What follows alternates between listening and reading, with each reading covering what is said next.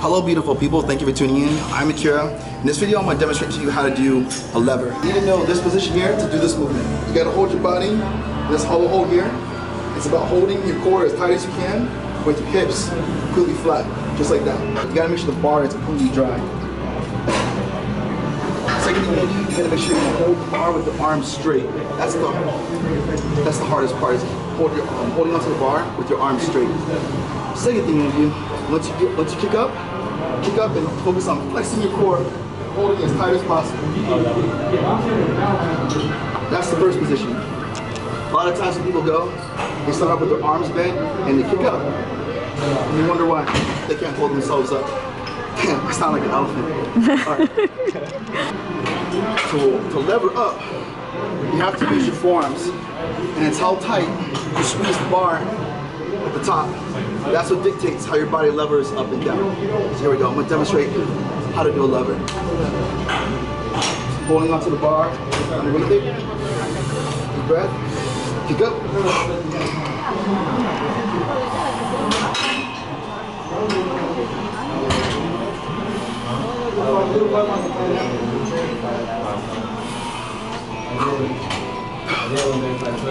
Levers involve your chest, your back, and your abs. It's a lot of core strength and a lot of your form. Make sure when you're pulling with this one, when I do this one as a workout, I do it at the very end, 20 seconds, set a timer. Do it for 20 seconds, as many as you can do. This next exercise, your windshield wipers. This is what we teach our gymnasts. What you're gonna do, you're gonna make sure you grab the bar in this grip here. When you do this one, you're gonna make sure you hold your arms bent. That's gonna protect your rotator cuff.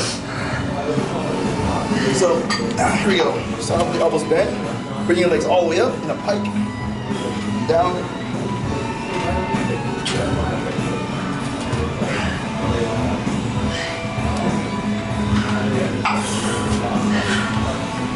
All right.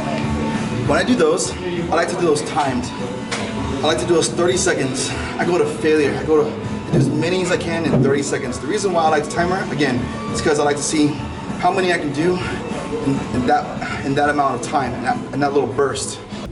Things you're gonna need for this are a timer. It's just a regular timer. It counts down from whatever time you set it to. It does it by tens.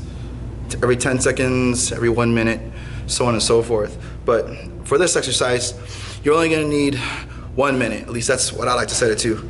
Set it to 1 minute, and I do sets of 4 with a 15-second break in between. And I'm gonna demonstrate how you do these.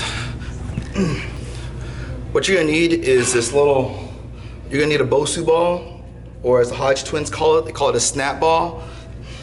You're gonna need one of those. And then you're gonna need a roller. Most gyms usually have those. Position yourself on the Bosu ball just like this. Your knees are basically right at the middle, and your toes are locked into the wall here. And that positions you so you don't fall off. Hold on to the roller and extend your body all the way out and all the way back.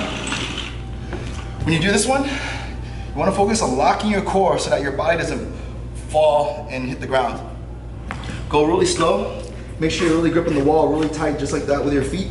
You see my feet? And then what you can do, like you said, you're gonna roll out, extend all the way out to your arms, get even with your ears, and back up.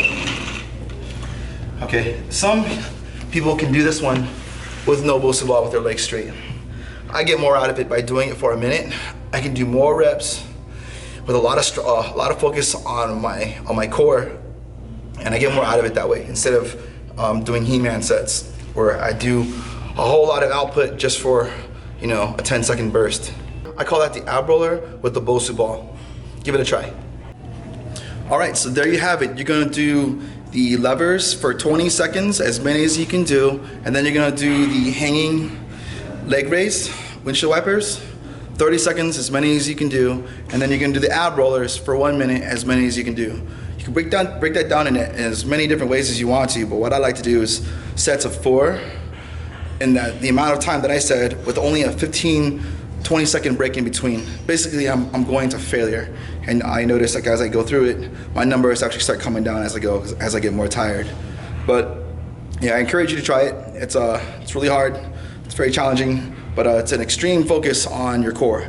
And again, this is a very advanced ab core workout, so I encourage you to try it. Thanks for tuning in. Big shout out, thank you to Stay Fit Gym for allowing me to film these videos and share this information with you.